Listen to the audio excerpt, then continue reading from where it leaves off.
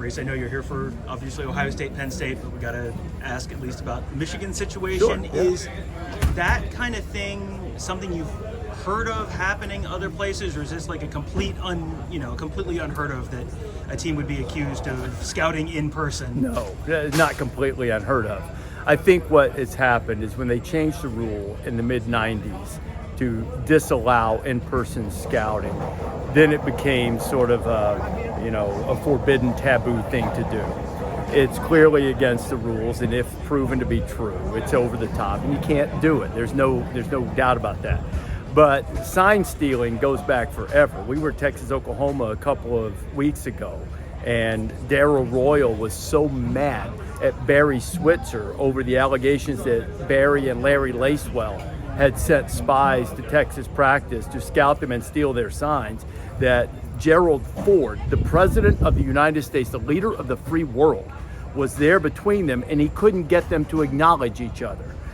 So sign stealing, it's as old as sports, and there's nothing wrong with it. If someone steals your signs, get better signs. But if this is true, this is beyond the pale, deserves punishment. It's cheating. Sign stealing, there's a fine line between cheating and gamesmanship. But if you send somebody into a stadium and they, for the express purpose of taping, sealing, scouting the signs, and it is clearly written in the rule book that you're not supposed to scout in person, it's against the rules. It's as simple as that. It's not an affront to nature. It's just beyond the pale, and it's cheating if they did it. But that remains to be seen. I think the funny thing about it is this notion that that's the only way they could have possibly gotten the signs. Typically, everybody uses the TV copy, to get the signs, and there's a lot of sign stealing that goes on. Brent Venables is a master of it. No one's ever accused him of doing things outside the rule book, but he's a master of it, and he's not the only one. So what is it, other than the fact that it's the rule, what is it that makes doing it in advance in person? I know the rule was initially set up as a cost-saving measure, right? That you're not exactly. So yeah. Is there a specific advantage to doing it in person in advance that would make, other than the fact that it's against the rules, that makes that such a dark dividing line? You could see every play. If you're doing the TV copy, you may or may not get a really good look at all of the guys, the guys who are signaling in the plays and the guys who are signaling decoy plays. You may not get a great look at it all the time. Therefore, you're probably ahead of the game.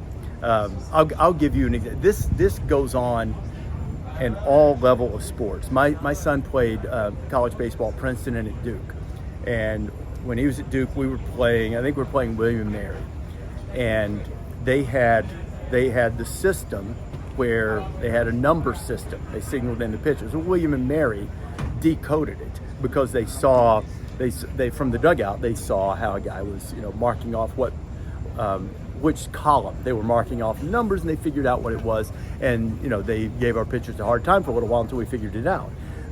Nobody, there's been accusations, even a great program like Vanderbilt in baseball, not in a way that's against the rules, but Vanderbilt's had people signs a ton, and they changed now to that Apple Watch thing in college baseball. So this is,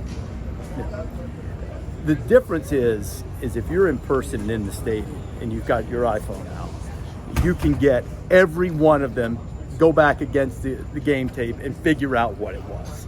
And there's some people that are better at it than others, but this is the idea that, oh my gosh, signs are being stolen. Hey, everybody steals signs, and if you don't like that, get better signs. But this part of it is against the rules.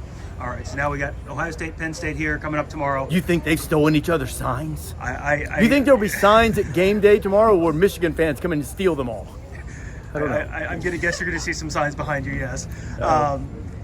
For this game, it's sort of reductionist to say it's going to come down to the play of the two quarterbacks. But with two first-year starters, offenses that have not been super explosive on the ground, does this game simply come down to which of the young quarterbacks either plays better or doesn't make the big mistake? I think that's a very fair assessment. It does seem you want to get really in the weeds and find something, really technical that will determine the game. But look at last year's game. I don't know if you can characterize what Sean Clifford did necessarily as mistakes, or Tuimoloau just making unbelievable plays. But I figure it comes down to something like that, whether one quarterback has a particularly good day or one has more trouble with either, superstar plays, and really in both cases, both teams have elite defensive players. And in Manny's case, defensive coordinator at Penn State, they dial up. He's known for dialing up exotic blitzes. They lead the nation in getting pressure when they blitz. And Ohio State's had some issues in the offensive line that could impact quarterback play. So I think that's probably a fair assessment. How well does Kyle McCord play? Is he able to utilize the elite weapons? And can Aller make some explosive plays? Because as good as Ohio State's defense is, it is a really difficult way to make a living, to go down the field 10, 11 plays, 8 yards at a time, which is largely what Penn State's done. Penn State's got one pass play all season over 40 yards, and none of their backs that are in their regular rotation have a run longer than 20 yards. But they're all capable of doing that. They just haven't up to this point. And that's a tough way to make a living against Ohio State. So somebody's going to have to make an explosive play. What do you chalk that lack of explosives up to this year for Penn State? Well, James Franklin says it's not just because he doesn't chuck it deep, if you saw that little clip, which was amusing. But, it's hard to say. I think one of the things might be, and I think we'll get a good read on this tomorrow, is that when you have a young quarterback and breaking him in, you want him to, people don't like the term game manager, but the number one job of any quarterback, albeit from Caleb Williams to, a third stringer coming off the bench due to injuries, their number one job is to manage the game. And so maybe in Drew's case, they're like, okay, first take what's there. Check down's there, and you can get 8, go ahead. It's don't get bored taking a profit. So I think there might be some of that. And, while they've got good receivers, they certainly don't have a receiver room, in my judgment, that's quite like Ohio State's or Washington's or somebody. I'm not saying the receivers can't make plays. I think they're not getting bored taking the profit and looking for the right opportunity. Now, the good news for Penn State is that he's got a big enough arm to do it, and they've got receivers capable of doing it, and they certainly have running backs capable of explosive plays. So they can, they just haven't, and I think it might be a product of not really being challenged by the competition and breaking in new quarterback. All right, last question for you. You guys are obviously at like the big game of the week every week, so you're at crazy atmospheres every week. How often do you see first-year starters, young starters, second-year players at quarterback get impacted by the crowd, and how often are they able to just kind of overcome that on the road? I don't know that I can put a number on it, because I think that is more a product of the individual's disposition and also how well the people around him play.